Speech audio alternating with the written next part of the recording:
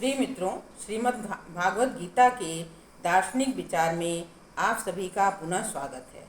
मित्रों, आपने पूर्व वीडियो में गीता में निहित ज्ञान मीमांसा के विषय में कुछ जानकारी प्राप्त की है और आपने जाना था कि वास्तविक ज्ञान वास्तव में तार्किक के अपेक्षा आध्यात्मिक ज्ञान ही वास्तविक ज्ञान है।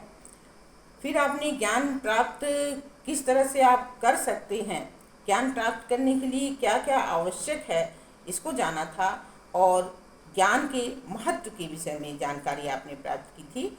और आपने गीता के एक श्लोक को जाना था जो कि मैंने बताया था कि न ही ज्ञानेन सदृशम पवित्र मीह विद्यते, अर्थात ज्ञान के समान पवित्र करने वाला निसंदेह कुछ भी नहीं।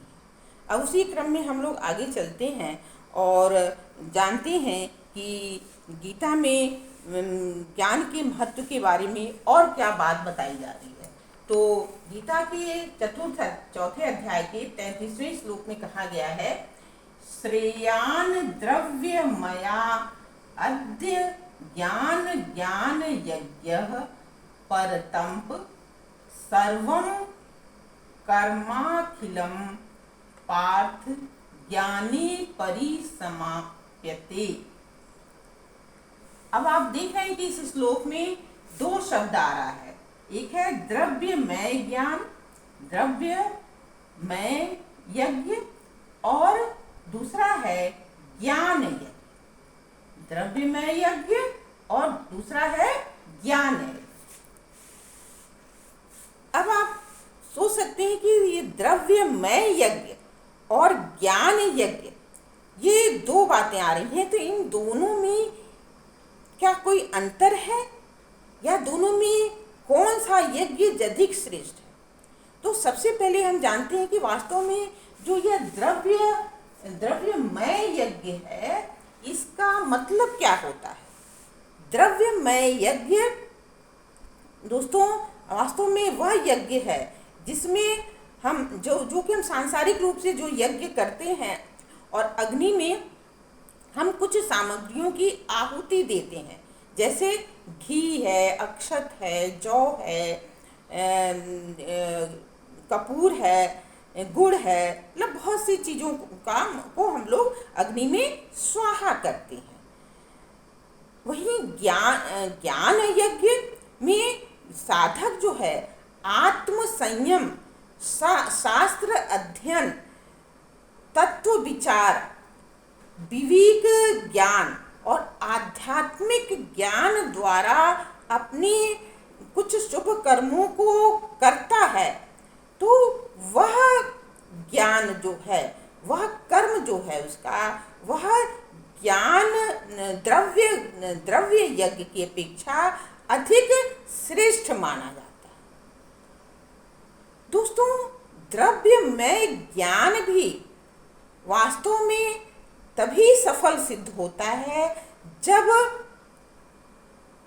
वह यज्ञ बिना किसी आसक्ति के, बिना किसी कामेच्छा के की जाती, तभी वह द्रव्यमय यज्ञ भी सफल होता है।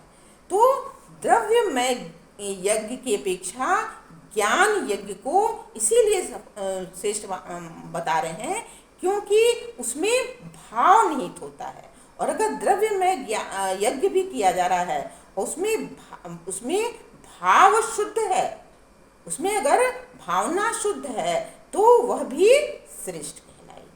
नहीं, लेकिन वास्तव में अगर दोनों की तुलना की जाए तो द्रव्यमय यज्ञ की अपेक्षा ज्ञान यज्ञ जो है ज़्यादा उत्तम है, श्रेष्ठ है।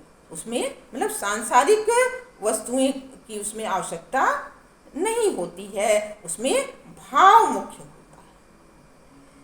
और यथार्थ ज्ञान जो लोग प्राप्त कर लेते हैं, यथार्थ ज्ञान प्राप्त करने वाले को ही परमात्मा की प्राप्ति होती है और उसे कुछ भी प्राप्त करना उसके लिए शेष नहीं रह जाता। तो इस तरह से आपने देखा कि द्रव्यमय यज्ञ और ज्ञान यज्ञ में से कौन श्रेष्ठ है? ज्ञान यज्ञ। आगे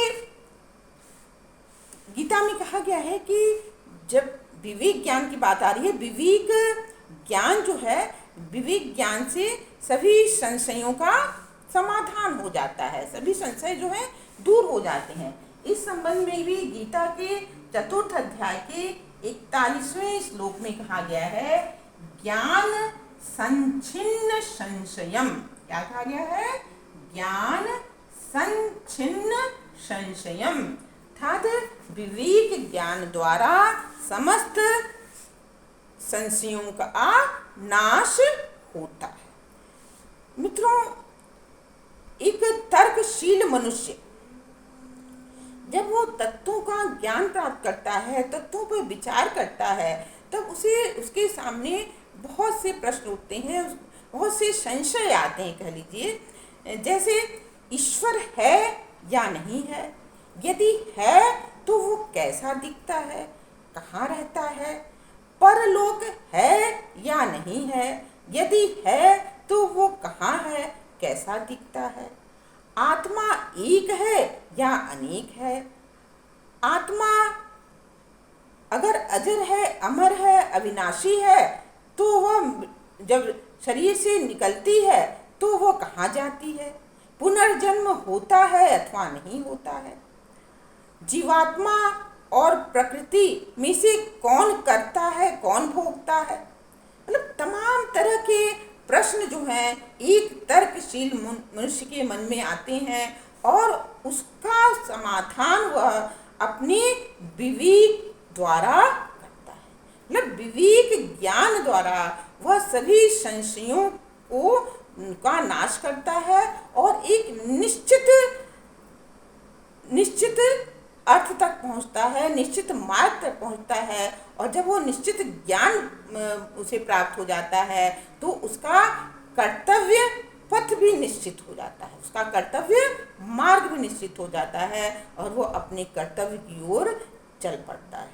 तो इस तरह से आपने इस वीडियो में जाना कि ज्ञान मीमांसा में द्रव्य में यज्ञ और ज्ञान में यज्ञ में कौन सा श्रेष्ठ है और किस तरह से एक विवेकशील व्यक्ति अपने विवेक ज्ञान के द्वारा अपने सभी संशयों का नाश करके अपने कर्तव्य पथ पर आगे बढ़ सकता है।